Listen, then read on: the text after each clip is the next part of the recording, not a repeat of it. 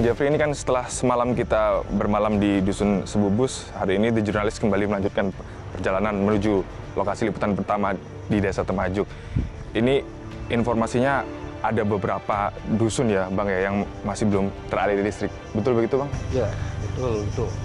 Di Dusun Camar Bulan ada 146 kakak yang belum teraliri listrik. Kalau gitu kita langsung ke lokasi aja Bang.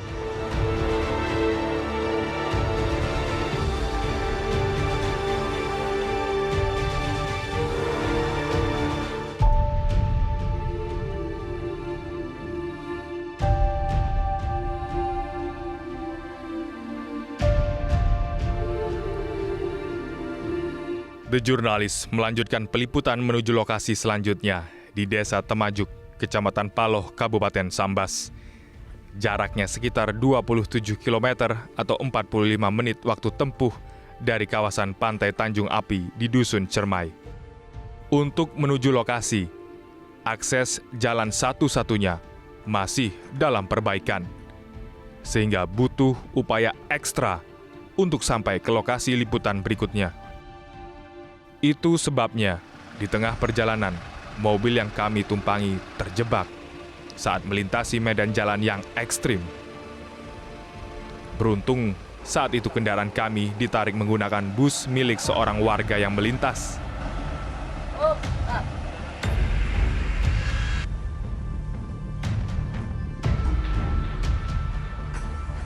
Namun naas, mobil kami kembali terjebak.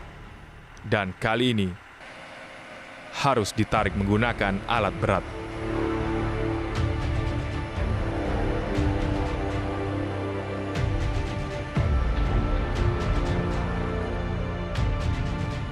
Ini merupakan jalan nasional yang berada di Kabupaten Sambas yang menghubungkan dari Desa Sebubus menuju Desa Temajuk.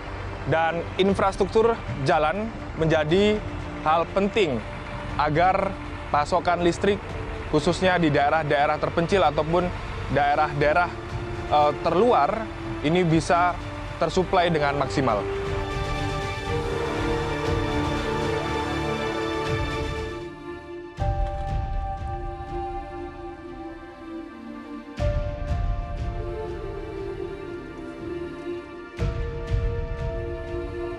Setelah melalui berbagai kendala selama perjalanan, The Jurnalis pun tiba di Desa Temajuk. Saat kami tiba, aktivitas warga desa ini berlangsung normal. Kami juga mendapati infrastruktur jaringan listrik di sejumlah titik sudah terpasang. Namun siapa sangka, meski terlihat memadai, pasokan listrik di desa ini belum dapat dinikmati selama 24 jam penuh. Bahkan di sejumlah lokasi seperti Dusun Camar Bulan, masih terdapat sebagian warganya yang belum mendapat pasokan listrik. Diketahui, Desa Temajuk memiliki luas wilayah 23.000 km persegi. Dihuni sebanyak kurang lebih 2.800 jiwa. Desa Temajuk terdiri dari 3 dusun, yakni Dusun Camar Bulan, Maludin, dan Sempadan.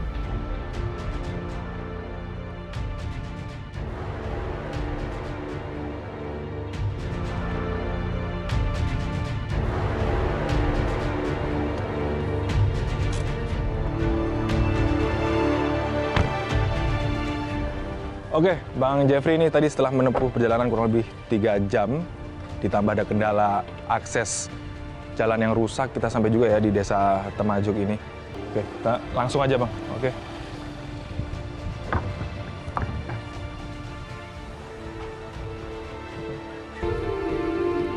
Sri Liza, Sekretaris Desa Temajuk menyebut, di wilayahnya saat ini terdapat 2 RT di Dusun Camar Bulan yang belum mendapat pasokan listrik. Meski aliran listrik sudah masuk ke sebagian Desa Temajuk, namun alokasinya masih sangat terbatas, yakni mulai pukul 5 sore hingga 6 pagi. Itu sebabnya kondisi ini berdampak pada layanan administrasi di kantor desa, menghambat pelayanan administrasi kependudukan. Untuk operasional pelayanan kantor desa ini dari jam berapa sampai jam berapa? Kantor Desa Temajuk itu mulainya dari jam 8 sampai jam 3 sore. Nah, tapi biasanya kita maksimal pelayanan itu dari jam 8 sampai jam 1 siang. Karena kita menggunakan daya genset yang terbatas.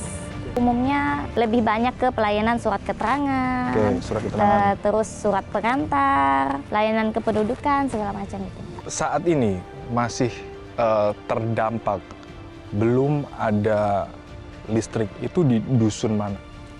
Yang belum ada sama sekali listrik itu di Dusun Camar Bulan, khususnya di RT 11 sama RT 16.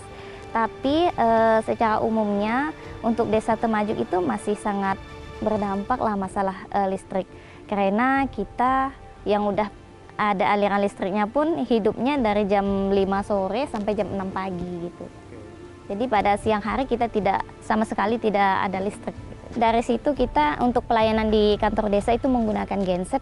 Jadi genset itu kita perlu lagi membeli untuk biaya minyak atau BBM-nya. Otomatis operasionalnya lebih mahal. Minimnya suplai listrik juga dirasakan oleh para nelayan di sejumlah wilayah ini. Maklum saja, selama ini para nelayan mengandalkan lemari pendingin untuk menyimpan hasil tangkapan ikan sebelum dijual ke pembeli. Mereka kini harus mengeluarkan biaya lebih untuk membeli es batu sebagai pengganti lemari pendingin yang tidak lagi maksimal bekerja.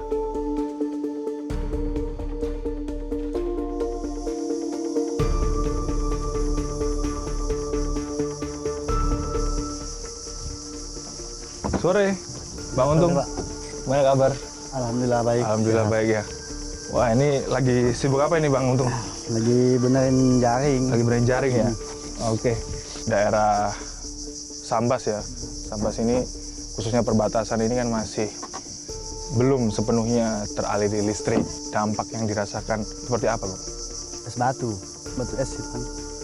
Kenapa itu? Kalau ya listrik yang sekarang hidup ini kan hanya 12 jam. Jadi es batu tuh kan kalau 12 jam tuh kan nggak terlalu beku. Nah, jadi kalau dibawa nelayan itu kan dibawa melaut, ya mungkin dibilang 5-6 jam di laut udah mencair. Daripada kita melaut, ikannya nanti busuk, nggak bawa es, ya mau udah mau, kita harus beli juga. Ya, walaupun setengah 5-6 jam udah mencair ya, daripada ikannya busuk kan.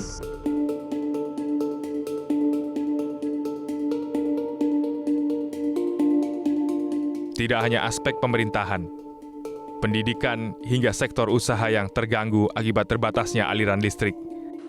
Lebih jauh, The Jurnalis melihat aktivitas pelayanan kesehatan juga terkendala.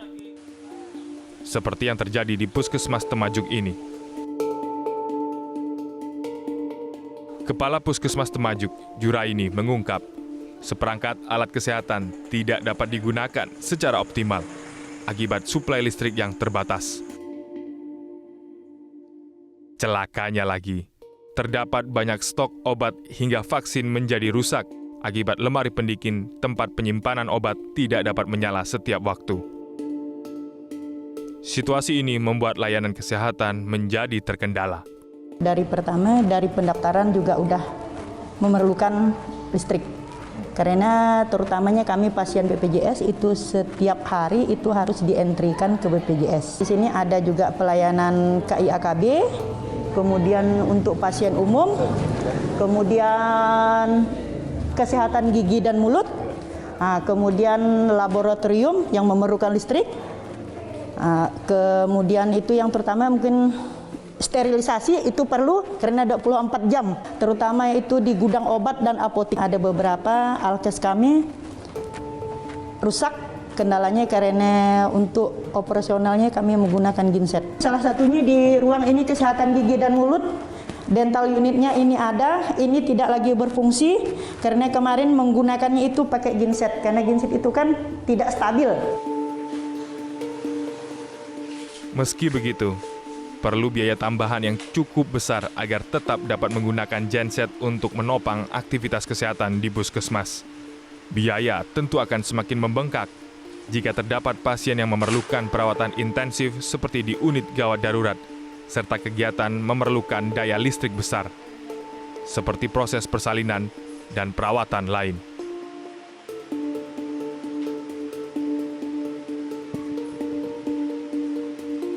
Ini memang berdampak, terutama kami penyimpanan vaksin, karena vaksin itu kan harus di kulkas.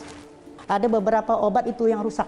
Ini mungkin untuk penyimpanan obat-obatan kan harus dalam suhu tertentu, dan kemudian ini untuk vaksin rutin dan obat lainnya. Kan.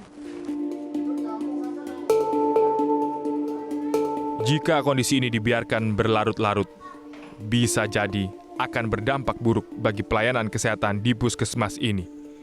Maklum, pusat pelayanan kesehatan merupakan objek vital yang harus terjamin pasokan listriknya, karena elemen di dalamnya menyangkut kesehatan dan nyawa manusia. Keadaan ini boleh jadi hanya satu contoh kecil betapa belum meratanya pasokan listrik memiliki dampak yang begitu luas di berbagai sektor. Program elektrifikasi yang selama ini didengungkan pemerintah semestinya pula segera memperhatikan wilayah di pelosok negeri, baik di wilayah Kalimantan Barat maupun provinsi lainnya, sehingga elektrifikasi tidak terkesan hanya fokus di kota besar.